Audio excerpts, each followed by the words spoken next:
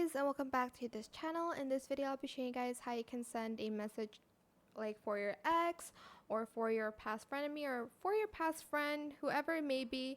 This is how you can send it anonymously on sendthesong.xyz. Sorry, you can even like put like a song to like send to them.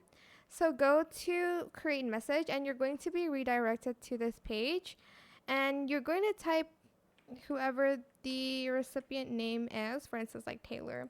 Message, maybe it's like, you're an inspiration to me and I love your songs. And for the song I'm going to obviously search for like a Taylor Swift song, and then you're going to submit it. You can only submit one per hour. If you have a lot of people in your past, you may need more than one person, or like, well, one message. But that is pretty much it. Really super simple. I hope this tutorial was helpful for you guys. Don't forget to like, comment, share, and also subscribe to this channel if you haven't done that already.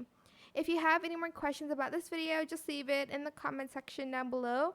I will try my best to answer them all for you guys.